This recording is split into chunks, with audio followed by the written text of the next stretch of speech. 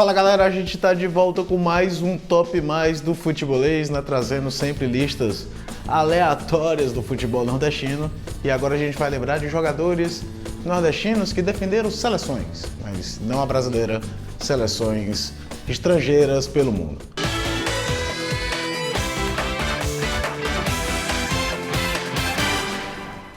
A gente começa com um jogador que começou a carreira no Vitória, depois teve um relativo sucesso no Botafogo e aí explodiu no futebol chinês, atualmente defende a seleção chinesa.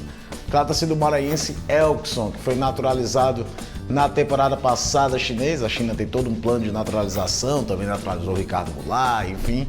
E o Elkson, que tem uma carreira pra lá de sucesso, E o Elkson, que é muito ídolo do futebol chinês, já tem 4 jogos e 3 gols pela seleção chinesa, que quer muito conseguir uma vaga na Copa do Catar de 2022 e aposta demais em naturalizações. A do Elkson talvez a mais significativa delas, junto com a do Ricardo Goulart. Agora a gente vai para um que fez sucesso, fez história na seleção desse país, tanto como jogador, tanto como treinador. Estou falando do Alexandre Guimarães, né? Alagoano, foi para Costa Rica, fez parte da excepcional campanha da Costa Rica na sua primeira participação em Copas do Mundo em 1990, carreira toda lá, fez filhos que atuaram, o filho atuou pela seleção da Costa Rica também.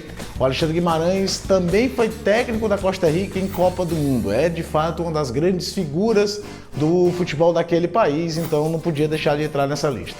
Agora a gente vai para o Potiguar Sinha, Antônio Naelson, para muitos, da base do América de Natal para ser ídolo no México. Né? O Zinha disputou uma Copa do Mundo em 2006, disputou os Jogos Olímpicos de Atenas em 2004 pela seleção mexicana, ao todo foram 56 jogos com a camisa verde da seleção do México e uma carreira de diversos títulos de premiação de melhor jogador de temporada. É um cara pra lá de respeitado no futebol mexicano, então o Sinha Potiguar não poderia ficar de fora dessa lista. Você lembra do Levezinho?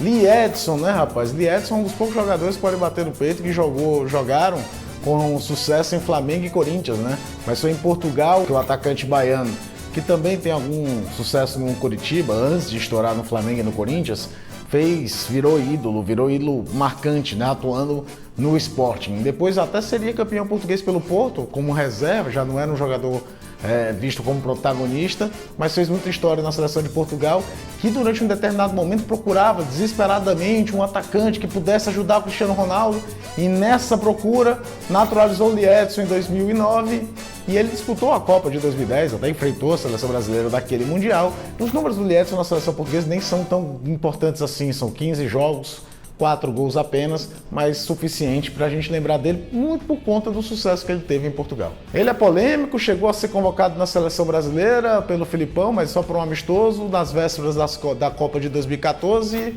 e até hoje figura nas convocações da seleção espanhola. Eu estou falando do sergipano Diego Costa. Diego Costa disputou pela seleção espanhola 24 jogos e já marcou 10 gols. Nisso disputou 2 Copas do Mundo, a Copa de 2014 no Brasil, a Copa de 2018 na Rússia. Não teve até um protagonismo que se imaginava como ele tinha no Atlético de Madrid, mas é um jogador de 2 Copas do Mundo pela seleção espanhola, uma seleção de ponta. Então o sergipano de lagarto, o polêmico, o brigão Diego Costa, de muito sucesso no Atlético de Madrid e também no Chelsea, não dá para dizer que ele foi um fracasso no Chelsea não, longe disso, é mais um dos nordestinos que foram importantes em seleções de outros países que não o Brasil. Luiz Oliveira, popular Oliveira. Quem acompanhava o futebol italiano nos anos 90 lembra do que eu estou falando.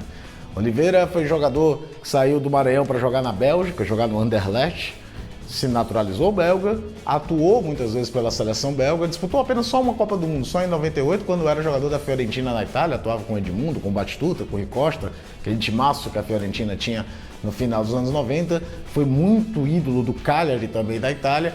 E o Oliveira sempre foi, quando se falava nos anos 90 de um jogador brasileiro que defendia uma seleção estrangeira, o primeiro nome que era citado sempre era de Luiz Oliveira, ou como os belgas chamam, como os europeus, do modo geral, o conhecem, o Oliveira. No total foram 31 partidas pelos Diabos Vermelhos e 7 gols marcados pelo atacante maranhense, mas de carreira toda sólida da Europa e que vestiu em até Copa do Mundo a camisa da seleção belga. Olha, Primeiro colocado é um jogador que muita gente aqui nunca ouviu falar.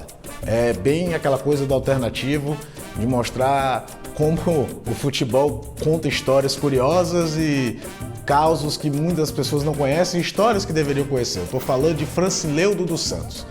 Francileudo dos Santos saiu do Brasil muito cedo, do Maranhão, jogou na Tunísia, jogou na segunda divisão francesa, fez um relativo muito sucesso no Sochaux, que é um time pequeno da França. Mas quando se fala de seleção da Tunísia, tem que se falar de Francileudo. Francileudo disputou a Copa do Mundo de 2006. Por si só, isso já era muito importante, muito relevante ser citado. 22 gols em um pouco mais de 40 partidas pela seleção da Tunísia. O detalhe é que desses 22 gols, 4 são na conquista da Copa Africana de Nações de 2008. Foi o primeiro título da Tunísia, da CAN, da Copa Africana de Nações. Talvez nenhum jogador brasileiro naturalizado tenha feito tanta relevância para a seleção daquele país como o Francileudo fez para a seleção da Tunísia, que nunca é lembrada como uma grande seleção africana, né?